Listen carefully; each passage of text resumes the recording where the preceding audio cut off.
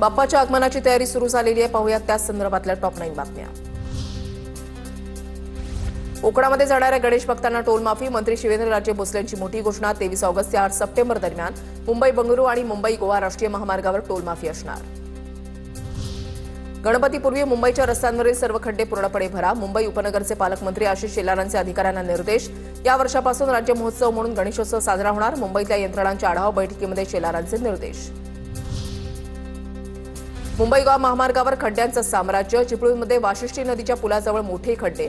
वाहन चालकांची डोकेदुखी वाढली तर खूप मेहनत घेऊन सरकारनं जमिनीवर चंद्र दाखवला. विरोधकांची टीका. एसटी कर्मचाऱ्यांना पुढील महिन्याचा पगार गणेशोत्सवापूर्वीच मिळण्यासाठी परिवहन मंत्र्यांच्या हालचाली.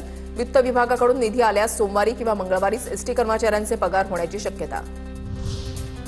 पुण्यामध्ये गणेशोत्सव काळामध्ये मेट्रोच्या फेऱ्यांमध्ये वाढ करण्याचा निर्णय. भाविकांची होणारी गर्दी लक्षात घेता स्वारगेट ते पिंपरी चिंचवड आणि वनाज ते रामवाडी मार्गावर मेट्रोच्या वेळेमध्ये वाढ.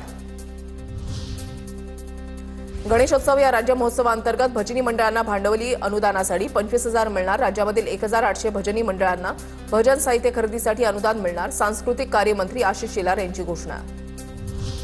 जळगावात मुस्लिम कारागीर घडवतोय गणेश मूर्ती. मुस्लिम कारागिराचा रंगकाम करतानाचा व्हिडिओ व्हायरल. रहीम शेख असं गणेश मूर्तींना रंगकाम करणाऱ्या कारागिराचं नाव. मागील 40 वर्षांपासून करतायत काम.